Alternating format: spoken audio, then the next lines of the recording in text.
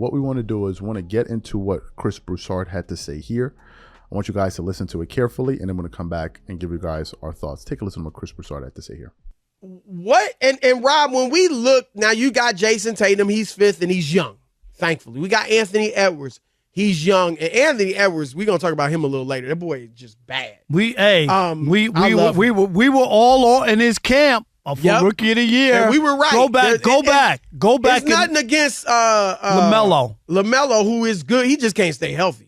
But Chris, and not winning, obviously. That year we thought he should have been the Rookie of the Year. And now look at that kid. Yeah, he could be next, and we're going to get into that. But so those guys it's nice to see them. You got Ja Morant. He gets his act, stuff straightened out, I hope so. He's too young for it not to. He's too young. He's too good.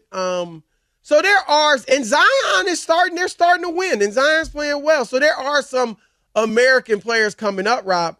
But I want to know, and look, some people may say this, and we're going to open it up to the callers, Rob, but some people may be like, look, I mean, we're lamenting the demise, if you will, of the American, superstars, and the fact that the best players in the world are no longer from America. We still, I think, have the best country. You don't have one country that's going to beat our best guys. But that might be coming because, we got to send the big boys over there now, LeBron and Steph and Durant, but they're going to be retiring pretty soon. So we'll see about that. But, Rob, some people might just say, look, it's the world. It's the world. Of course, the world is going to produce better players than just one country called America. Even though it's been our sport, they've been playing basketball long enough in these other places that maybe some people might just say that, right? And that might be true. Maybe that's true. I don't know. Because you're talking about Jokic, Serbia. Okay. Who else they got from Serbia? I know they got a few guys, but Lucas, Slovenia. Right. Who else they got? It's not like it's 40 guys coming from over there. Right. Exactly. Right. There's a big difference between that. Right. So we get that.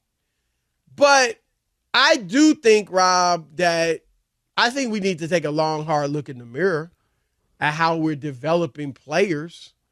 And I think that there are some things that could be changed. I think in overseas, I think that their young players are coming up in a lot more humble circumstances. I don't mean necessarily socioeconomic, although that could be a factor too. But I mean, when they're 15 and they're the best player in their country at that age, best 15-year-old in their country, they're playing on a team with grown men and not getting much playing time, practicing every day, and getting beat up and schooled by adults. So then as they age and get filled into their body, 18, 19, now they're the man. They're ready to ball. Whereas our 15-year-olds, Rob, if you that nice at 15 in America, you got millions of social media followers, and I mean millions. Right, no doubt. Right? Hundreds of thousands for some, but millions for others. You might have an NIL.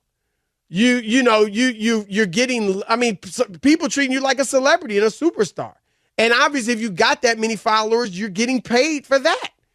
And Rob, to top it off, AAU, you're playing games. We've heard it time and time again.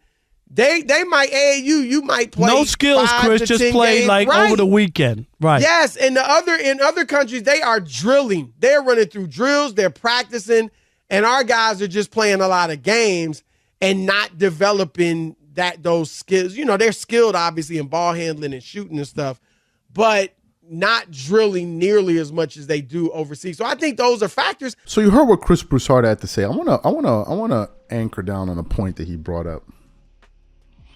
He spoke about the way foreign players are being developed and being prepared for the NBA game versus the way NBA players are being brought up through AAU. And this is something I've heard Kobe Bryant, Robert Horry, and some other NBA players talk about in terms of how much they dislike the AAU and how they believe is doing the younger players a major, major disservice. Kobe also spoke about the fact that he was lucky because he was able to catch a lot of the clinics that were taking place in Europe growing up.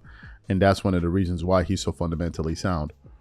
And he spoke about how American players are currently at a disadvantage based on the way that they're being brought up through the system. So you listen to those points, you listen to Chris Broussard say this, but then I got to go back and ask the question. If players are being brought up in a way where they're not being taught the fundamentals of the game, and to describe it the way Kobe Bryant described it, he basically said, like, it's an instant gratification type of game that they're playing. He called it basketball by accident. How, again, is this the best version of NBA players ever? How do we reconcile those two things? Because it seems like the only thing people are basing this off of is the fact that people can dribble better and shoot threes better. The reason I didn't mention the word shoot is because that's a very simplistic way to describe it. You say, well, they shoot better. No, they don't. They shoot the three better because they practice it more. There are no mid-range shooters in this NBA today. They're not. So the mid-range game is basically dead, with the exception of a few players that have mastered it, like the Kawhis, the Kevin Durant's, the Devin Bookers, the DeMar DeRozans, and some others. There is no mid-range game. But what else are you going to hold on to? Well, they can shoot free throws. Well, players have always been able to shoot free throws, right? So when we're talking about more skilled, we're talking about dribbling and shooting threes. Does that constitute a more skilled crop of players because you decided to focus in on a particular thing? There really aren't really great defenders because it's not something that the NBA encourages. The NBA doesn't even encourage defense anymore.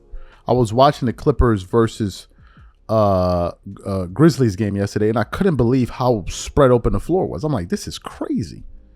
This is absolutely crazy. Like, this is crazy. You can't guard anybody because the floor is so spread out. Swing. Swing, run to the guy, swing again, run to the other side. That's the whole offense. Three. Very boring stuff in my personal view. But Chris brings up a good point in terms of the European players probably getting a leg up on the way that they're being bred. The second thing could be the attitude. You know, I think some American players feel like it's their daddy's league. Like, it's my birthright. Well, I'm from the States. The basketball is popularized in the States, so all NBA players must. That's the attitude they get. That is exactly how you lose things that previous generations built. You know, there've been a lot of family fortunes that have been lost and squandered 2-3 generations down the line. Because you have the first one that builds it, the second one that kind of takes it seriously, and the third one, all they want to do is spend the money.